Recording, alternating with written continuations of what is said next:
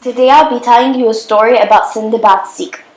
Sindbad lived in Africa, in a country called Egypt. Right there. Sindbad loved the sea. He had many adventures, all in the sea. One day he decided that he'd lost too much for the sea and it was too dangerous for him to go back. And he would want to stay the rest of his life on dry land. He had enough adventures. But that wasn't the case for long, because Sindbad found himself back in the sea several days afterwards. Bad boy. Sindbad had built the ship and sailed off to the Arabian Peninsula. The Arabian Peninsula was known for traders. There were traders for gold, for sugar, for gas, for petroleum.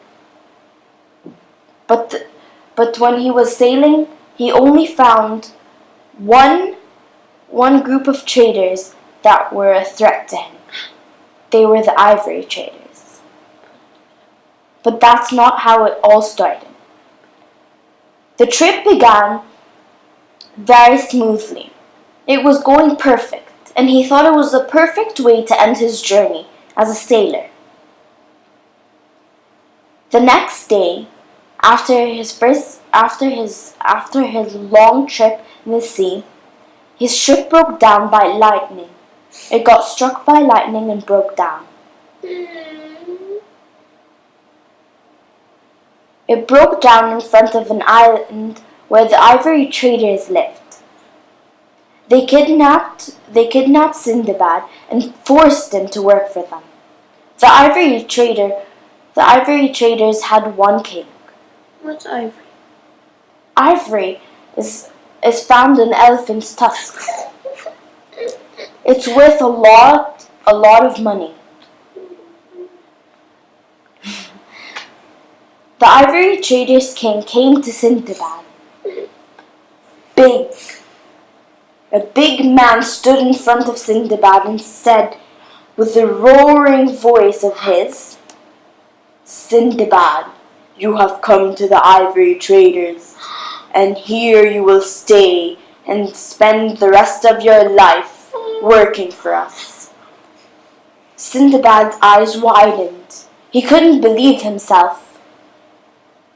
For after his long life of journeys in the sea, this last time marked the end of his life.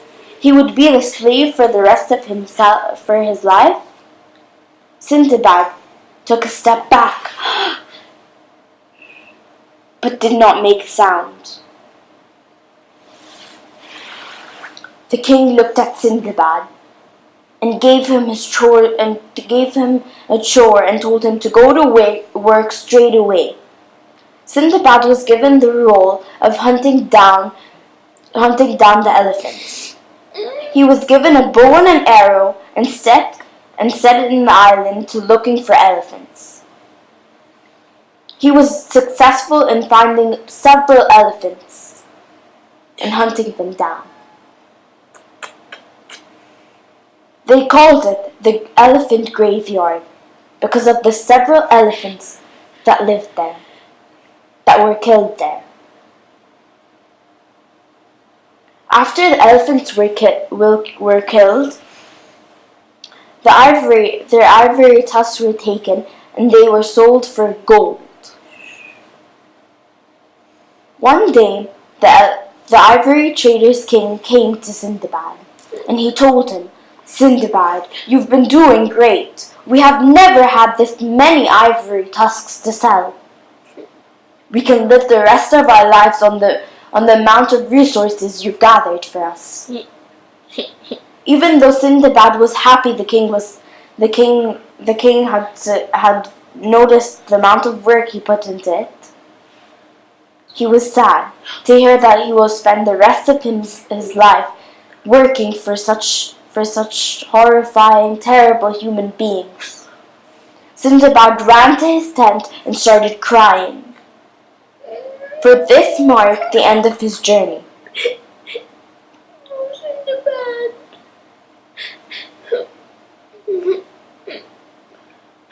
But his love and compassion for the animals is what kept the story going.